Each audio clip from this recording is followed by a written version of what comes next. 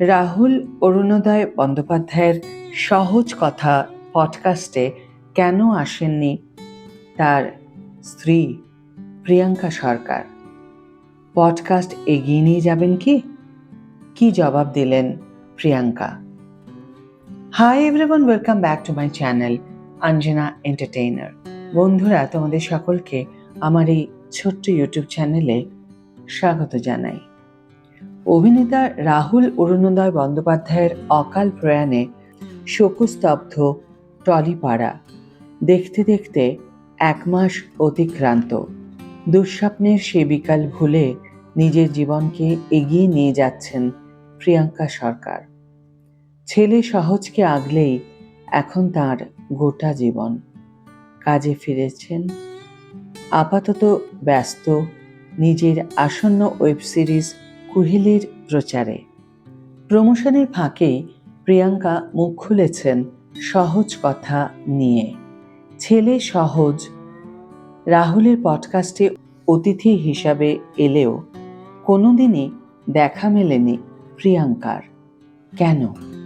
জবাবে অভিনেত্রী মিডিয়াকে বলেন, আমাদের দুজনের বেড়ে ওঠা একসঙ্গে, 22 বছর একসঙ্গে কাজ করা বন্ধুত্ব। একটা পডকাস্টে তো নতুন করে জানার বা জানানোর একটা বিষয় থাকতে হবে।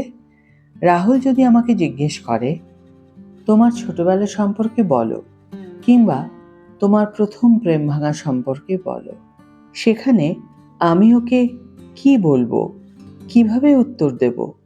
আমার পডকাস্টের সঞ্চালক, নাকি আমার প্রিয় বন্ধু, নাকি আমার স্বামী, আমার সন্তানের বাবা?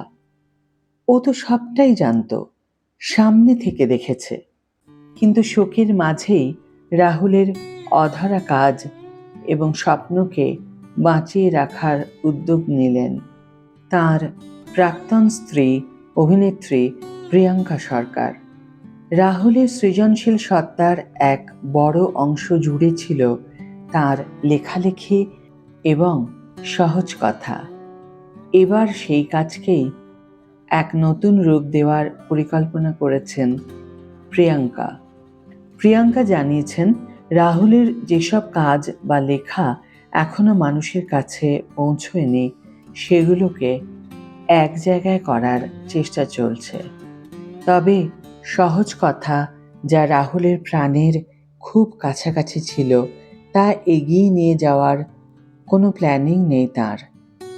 ওটা যেমন আছে তেমনটাই থাকুক, চান প্রিয়াঙ্কা। ছেলে সহজকে নিয়েই তার পথ চলা।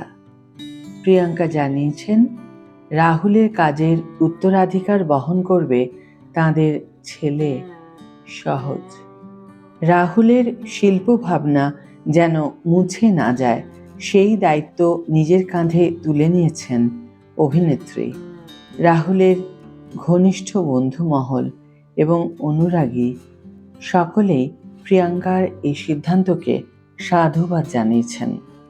রাহুলের আত্মার প্রতি শ্রদ্ধা জানিয়ে এবং ঈশ্বরের কাছে রাহুলের পরিবারের প্রতিটি সদস্যের মানসিক শক্তি এবং শারীরিক সুস্থতা কামনা করে আজকের এই ভিডিও এখানেই শেষ করছি। বন্ধুরা, ভিডিওটি লাইক, সাবস্ক্রাইব, শেয়ার করতে ভুলো না যেন।